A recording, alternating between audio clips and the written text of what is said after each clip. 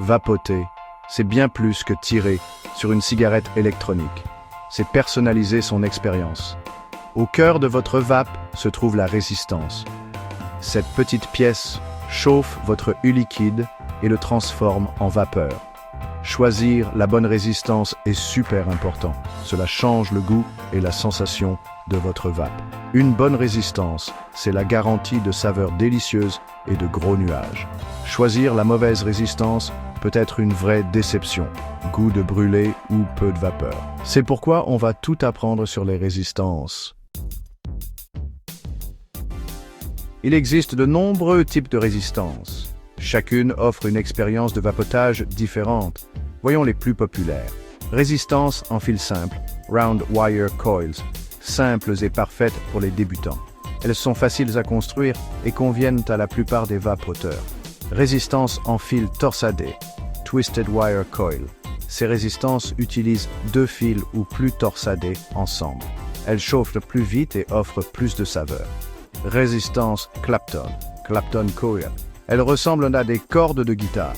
Elles ont un fil fin enroulé autour d'un noyau plus épais. Cela crée une plus grande surface pour une meilleure saveur. Résistance Alien, Alien Coil.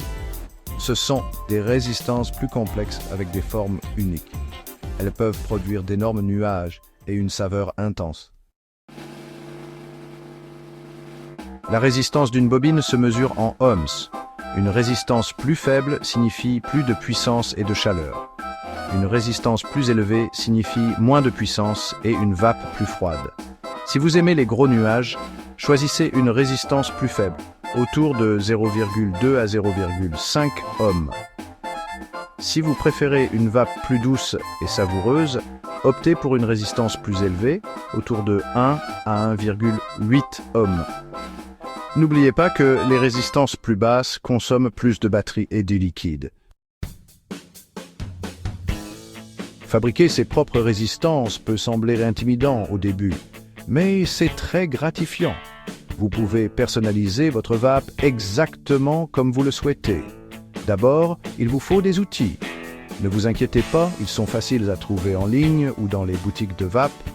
Vous aurez besoin de fils résistifs, Kanthal, acier inoxydable et nichrome sont des choix populaires.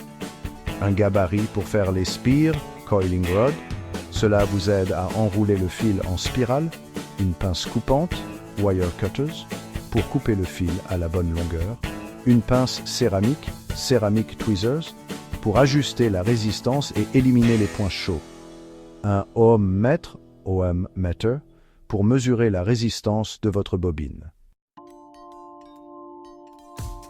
Section 5. Les outils pour fabriquer une résistance. Parlons un peu plus des outils. Chacun a un rôle spécifique.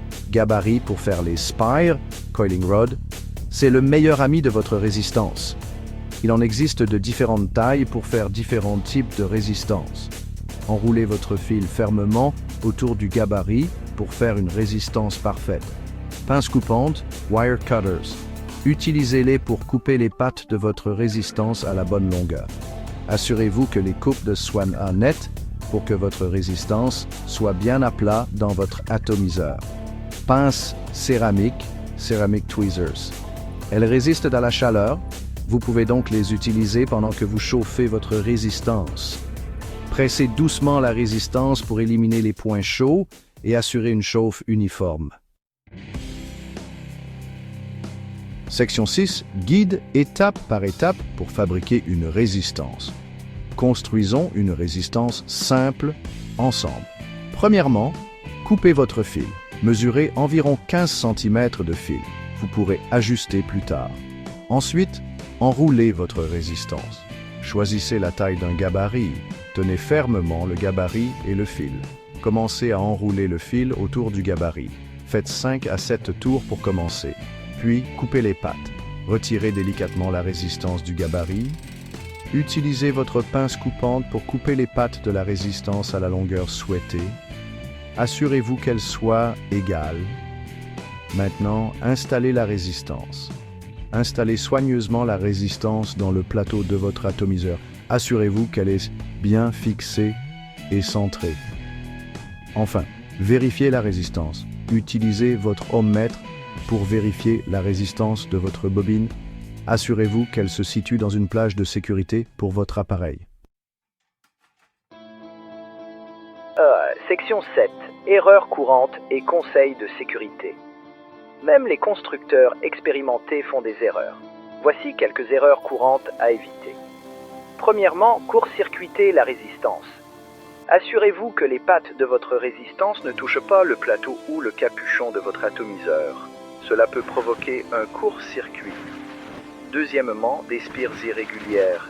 Assurez-vous que les spires de votre résistance sont serrées et espacées uniformément. Cela garantit une chauffe uniforme et empêche les points chauds. Troisièmement, utilisez la mauvaise puissance. Commencez bas et augmentez lentement la puissance jusqu'à ce que vous trouviez le point idéal pour votre résistance. Trop de puissance peut brûler votre coton. Privilégiez toujours la sécurité. Utilisez un ohmmètre.